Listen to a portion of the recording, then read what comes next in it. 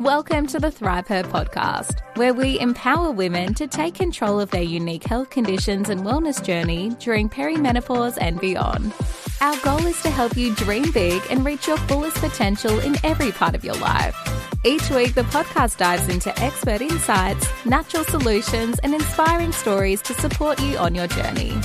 And now, here's your host, your no-nonsense naturopath, Rochelle Waite.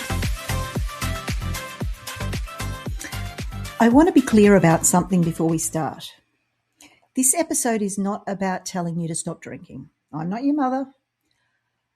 I enjoy beer. I am not sitting here in judgment. And I have absolutely no interest in adding guilt to a list that most of the women I work with are already carrying way too much of. What I am going to do is tell you what alcohol actually does inside the perimenopausal body, mechanistically, clinically, without a wellness lecture. Because here's the thing, most of the conversations around women and alcohol sit in two camps. There's the public health message, drink less, it's bad for you, which is true, but completely useless without context. And then there's the wine o'clock culture that has somehow been repackaged as self-care for tired women in their 40s, which is something that I find genuinely concerning, and I'll tell you exactly why. What is almost absent in this clinical conversation is what ethanol, or alcohol, is doing to your estrogen. What is it doing to your liver, your cortisol, your sleep architecture? Specifically in this hormonal window at this stage of life. So that's what we're doing today. And I think some of what I'm about to tell you is going to land differently than maybe you expect.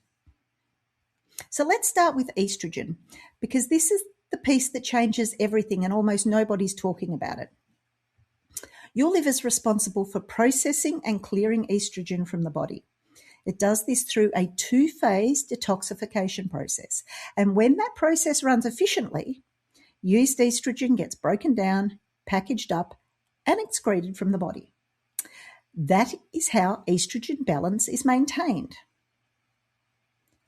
Alcohol competes directly with estrogen for liver processing. When you drink, your liver prioritizes metabolizing ethanol. It has to. Ethanol is incredibly toxic to the liver, and it treats it accordingly.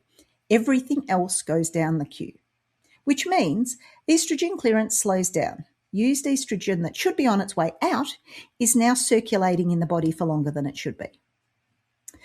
What you end up with is a pattern called estrogen dominance, not because you're producing too much estrogen, because the clearance pathway is backed up.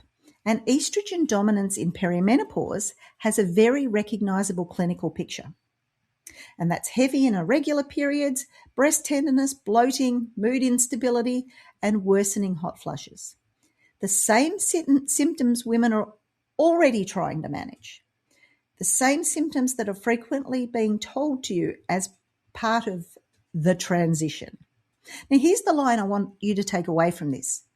Alcohol does not just affect how you feel the next morning, it affects how your body processes the hormones that govern your entire perimenopausal experience.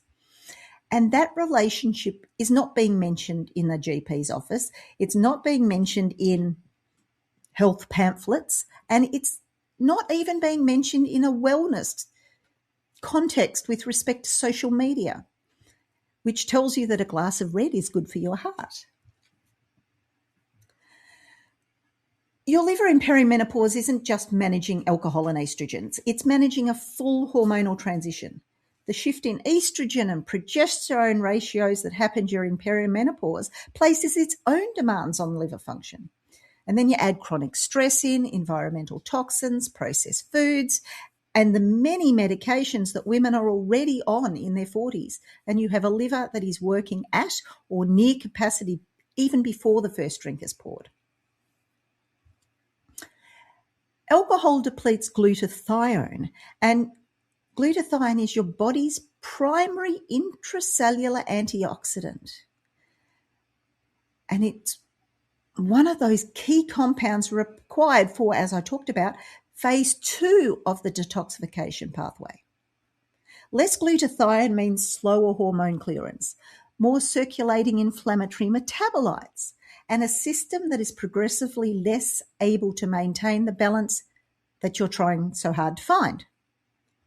So here's what it looks like in real life. You're eating well, you're exercising, you're doing most of the right things, but your symptoms aren't shifting the way you think they should. You feel like you're working against something you can't identify. Something you can't identify is a liver that doesn't have enough capacity left to do its job properly. And the regular glass of wine is part of why. Now this, as I said before, isn't a moral judgment. It's a physiological reality that deserves to be part of the conversation.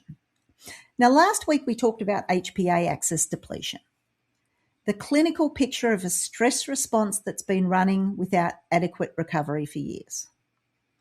Now, I want you to connect that directly to this episode because the relationship between alcohol and cortisol is one of the most misunderstood things I come across.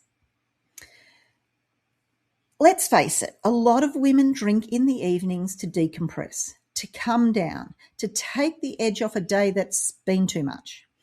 And in the short term, it works. Alcohol is a central nervous system depressant. It does reduce subjective feelings of tension and anxiety. That part is real. But here's what's happening underneath that feeling. Alcohol triggers a cortisol release. Not immediately. This happens in the hours after drinking, typically in the back half of the night. So while you feel calmer initially, your body is actually mounting a stress response while you sleep. Cortisol rises. Your nervous system, which should be in recovery mode, is instead being activated.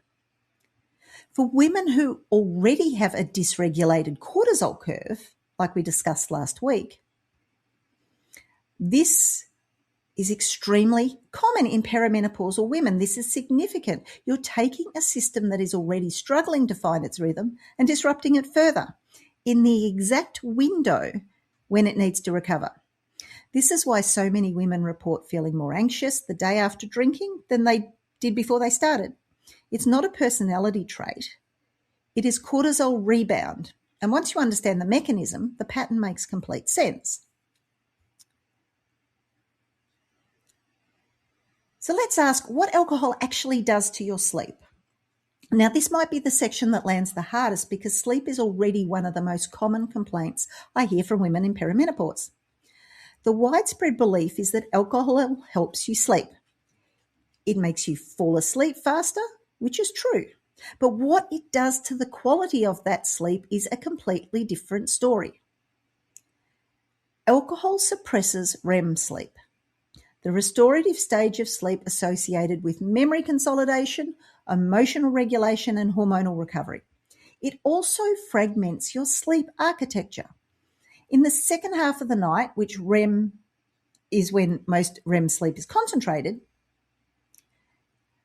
this is the time when you can sleep 8 hours after drinking, but you wake up feeling like you've barely slept at all. Now, in perimenopause, where sleep disruption is already driven by progesterone decline, cortisol dysregulation, and those vasomotor symptoms like night sweats, adding alcohol to that picture is genuinely counterproductive. You are disrupting the one system that could be doing the most to restore your physiology overnight.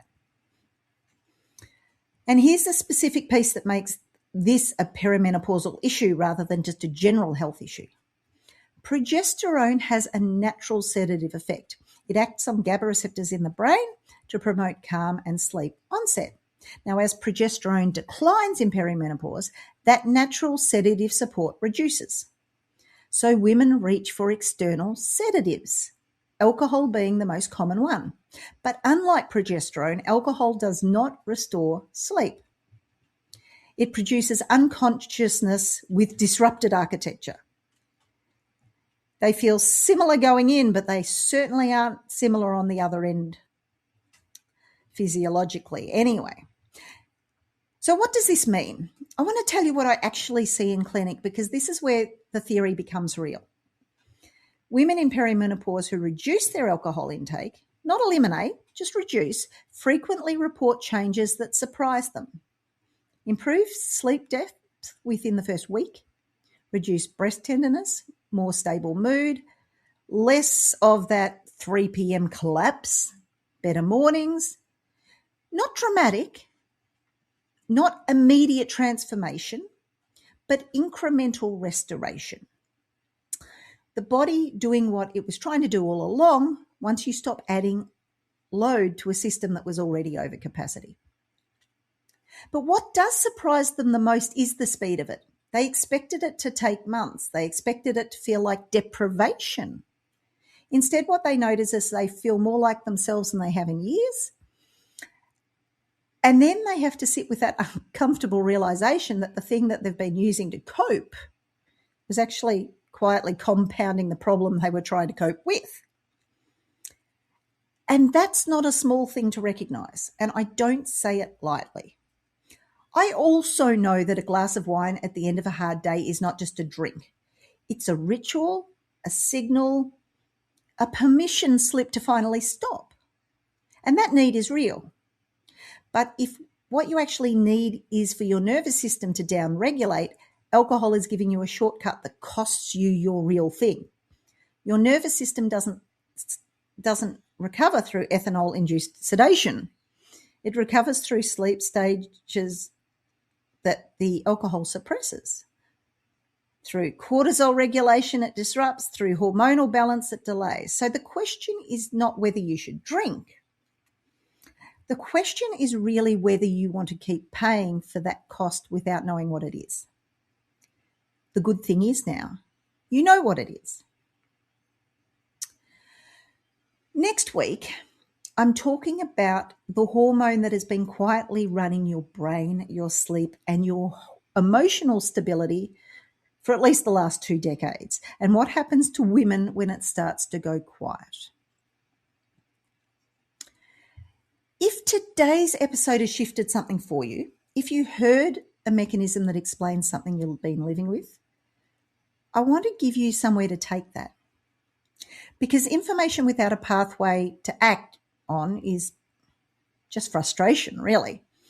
Starting Monday, the 9th of June, I'm running the ThriveHer Micro Habit Revolution. It's free. It runs for 2 weeks across WhatsApp. So that's 5 days on, the weekend off, another 5 days on. Every day you get one clinical micro action, not a list, not a program, one thing grounded in exactly the kind of clinical framework we've been talking about today. Small enough to actually do, specific enough to actually matter. And here's what happens at the end of it. Every woman who completes this challenge gets a free seat at the ThriveHer Life Masterclass on Tuesday, the 30th of June. This is a $97 event. For those participants, yours at no cost, as a thank you for showing up for yourself for 2 weeks straight. This isn't a wellness challenge. This is what it looks like to move your physiology in the right direction by 1 degree every single day, and then walk into a room of women who've been doing exactly the same thing to take it further together. So if you're interested, head to thriveher.vip/microhabits. Registration's now open. It's free and it starts on Monday, the 9th of June. If this episode is one that made it click in you for someone that you know, send it to them. The women in our lives deserve the clinical conversation, not just the public health message. So until next time, keep believing in yourself, keep striving for more, and keep thriving, because your best life is just ahead.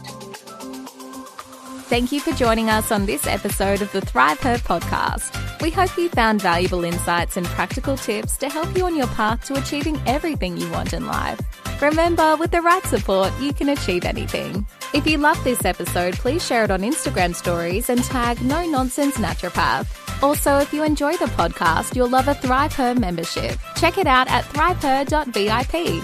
Each interaction helps others find this valuable information. Connect with us on social media and join our community of thriving women. Until next time, stay empowered, stay healthy, and keep thriving.